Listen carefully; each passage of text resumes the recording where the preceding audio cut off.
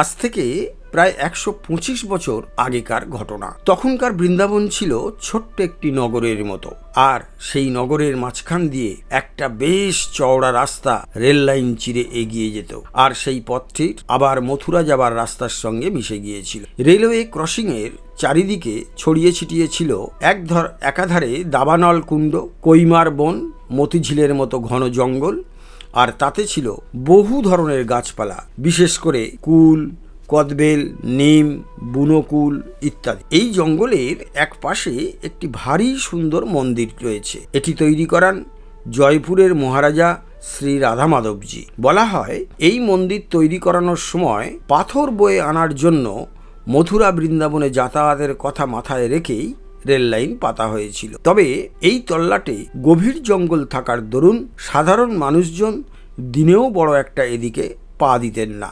তবে হ্যাঁ, বেশ কিছু সাধু মহাত্মাদের কুঁড়ে ঘর এই দিকেই ছিল। তারা বৃন্দাবনের ব্রজবাসীদের কাছ থেকে মাধুকরী অর্থাৎ ভিক্ষা চেয়ে এনে নিজেদের খিদের জ্বালা মেটাতেন, আর দিন রাত এক মনে ভজন করতেন। এই ছিল তাঁদের প্রাত্যহিক কর্মসূচি। তো একদিন এই জঙ্গলে হঠাৎ থেকে একদল যাযাবর এসে হাজির হলো। এখন যেখানে শ্রৌতমুনি নিবাস আশ্রমের বেশ বড়সড় ইমারত হয়েছে, সেইখানেই তারা বসবাস করতে শুরু করলো। এই 20-25 জনের মহিলা ও পুরুষ যাযাবর দলের মধ্যে এক মহিলার নাম ছিল মণি।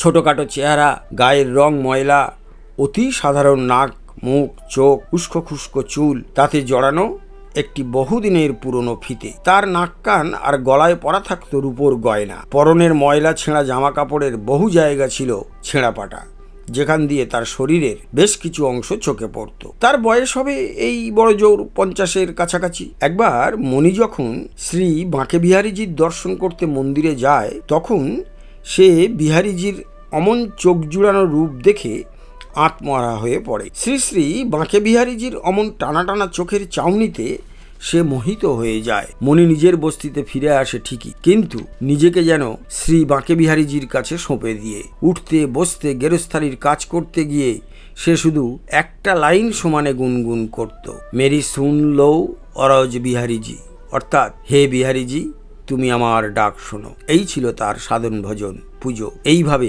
দিন কেটে যেতে লাগলো। শ্রী বাঁকে বিহারীজির ভক্তি তার ভেতর ক্রমে গভীর হয়ে উঠল। তার আর অন্য কোনো জাগতিক কথা ভালো লাগতো না। এইভাবে বেশ কিছুদিন ধরেই মনির বরের শরীর তেমন ভালো যাচ্ছিল না।